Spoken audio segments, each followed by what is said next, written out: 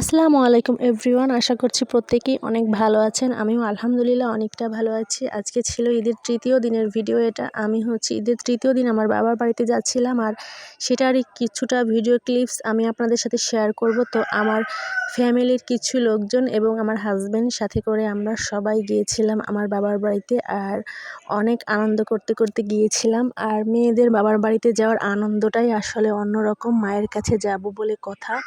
তো আমার বাবার বাড়ি ছিল পানির দেশ, পিরোজপুর জেলা, বরিশাল বিভাগের। তো এখানে অনেক পানি, এই যে আমরা ফেরিতে উঠেছি তখন এই ভিডিওটা আমি করেছিলাম।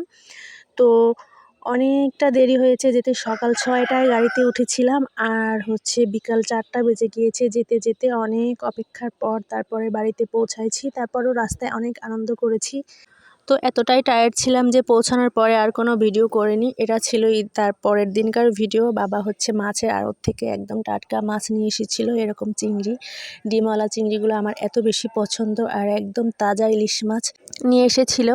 আর আমার বাবার বাড়িতে আসলে এটাই মজা আর কি, মাছ খাওয়ার মজা। এখানে অনেক টাটকা মাছ পাওয়া যায় বিভিন্ন রকমের, আর আমার মাছ অনেক পছন্দ।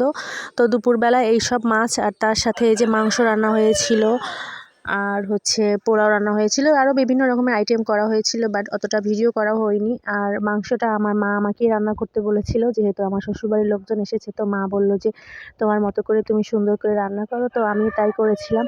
চারদিকে এত পরিমাণে মোরগ ডাকছে, কি বলবো। আসলে গ্রামের পরিবেশটাই এরকম। তো ভয়েস দিচ্ছি, আর মোরগের ডাকগুলো ভয়েসের সাথে উঠে যাচ্ছে, কিছু করার নেই। তো আর কোনো ভিডিও সেরকম আমি করতে পারিনি, এই রান্নাটুকু পর্যন্তই। অনেক বিজি ছিলাম, যেটা কি বলবো, আত্মীয় স্বজন এসছে আমার সাথে, যার কারণে। তো তারা অবশ্য চলেও গিয়েছে, একদিন ছিল তারা, একটা রাত থেকে তারা চলে গিয়েছে, এই আর কি।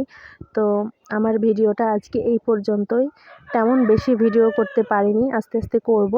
তো আমার ভিডিওটি যদি ভালো লাগে অবশ্যই লাইক, কমেন্ট এবং শেয়ার করবেন। আমার ইউটিউব চ্যানেলটি সাবস্ক্রাইব করবেন, ফেসবুক পেজটি ফলো দিবেন। সবাই ভালো থাকবেন। আর রান্না করতেছিলাম, আর তার সাথে এই ভিডিওটুকু করেছিলাম। বাইরে বৃষ্টি হচ্ছিল, খুবই সুন্দর দৃশ্য ছিল। আল্লাহ হাফেজ।